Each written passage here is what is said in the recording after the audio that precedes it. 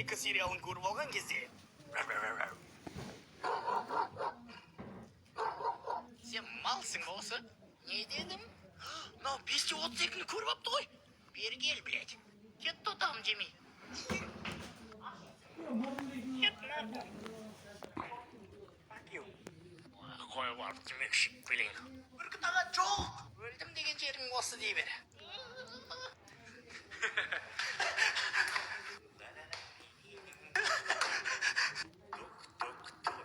Я, кім ол?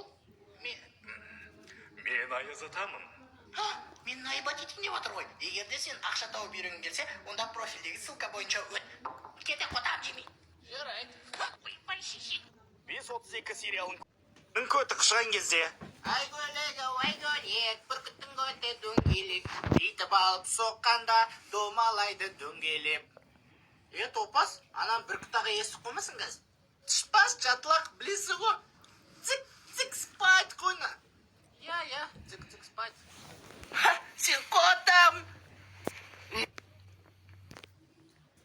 Келмей жүрсе ше. Ты чё, бля? Широкий, что ли? Паразым бар ма мен? Анау не дейді?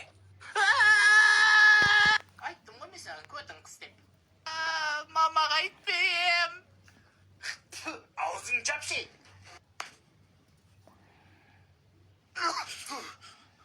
Жопу жми, дорогой.